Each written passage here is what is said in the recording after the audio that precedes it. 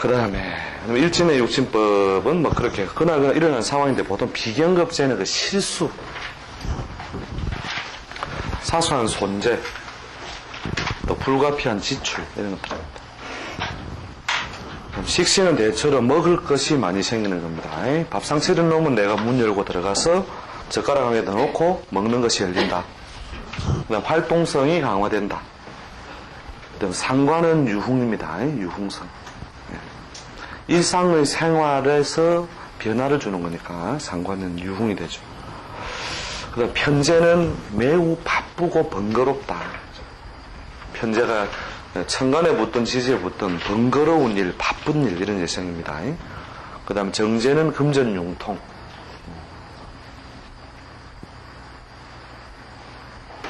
그 다음에 편관은 불려다님. 자기 일로 바쁜 게 아니고 남의 일에 불려다니는 거죠. 힘든 일을 처리함.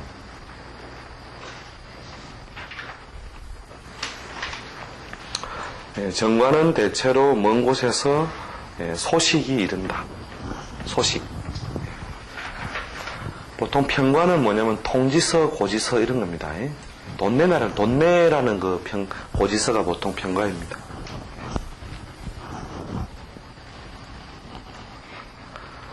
그다음 편의는 대체로 그 금전융통 둔화, 그 다음에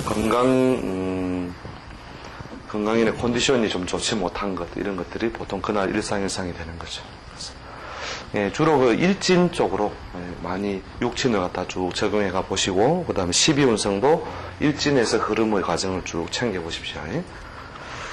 그래서 크게는 우리가 연을 이제 세월이 지나갔을 때에 그 해에 일어났던 일들을 육신적으로 쭉 따져보시면은, 어떤 것이 그 해의 테마나 일이었다.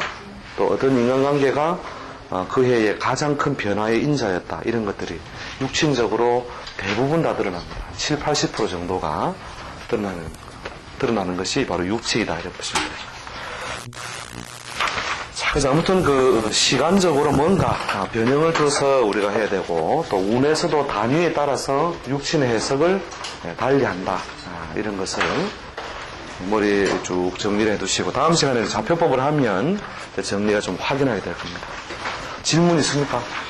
예. 어디에? 신살. 신살은 뭐냐면 운동 패턴 이렇게 됩니다. 그러니까 신살은 패턴, 경향성. 신살에서 천간지지 신살이 있죠, 그죠?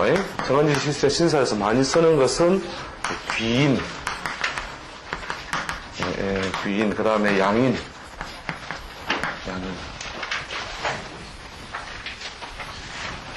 그 다음에 천간지지 신살에서 팔자 자체 일주에서 나오는 것도 뭡니까? 공망 이런 거 있죠. 공망.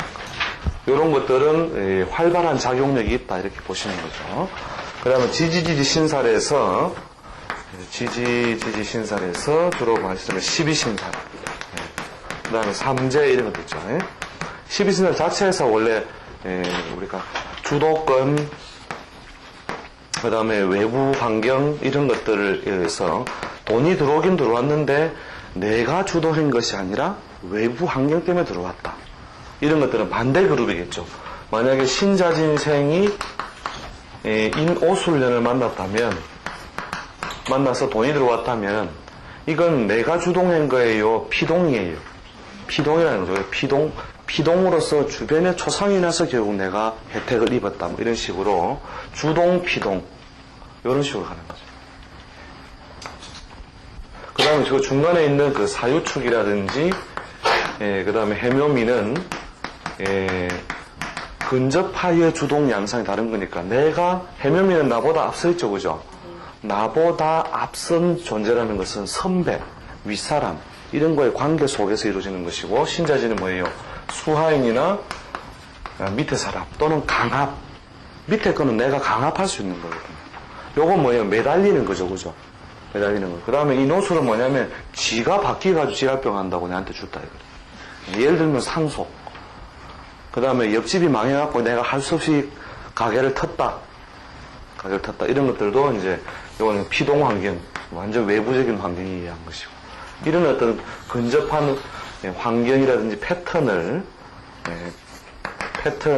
보는 때는 그 12신사 이런 걸 보죠. 자, 그래서 그 유년에서 이제 이런 것을 가감해서 그 사람의 해석을, 운을 해석해 나가는 것이 우리가 유년을 해석하는 방법이라는 거죠. 뒤에 가서 그 좌표법을 종합하면 훨씬 능숙하게 쉽게 분석할 수 있습니다. 네, 다른 질문 없으면 다음 시간 또 중요한 좌표법이 있으니까 다음 시간 꼭 빠지지 마시고 다음 시간 꼭 들어오세요. 자, 오늘 뭐 이 정도로 하고 마감하겠습니다. 수고했습니다. 예.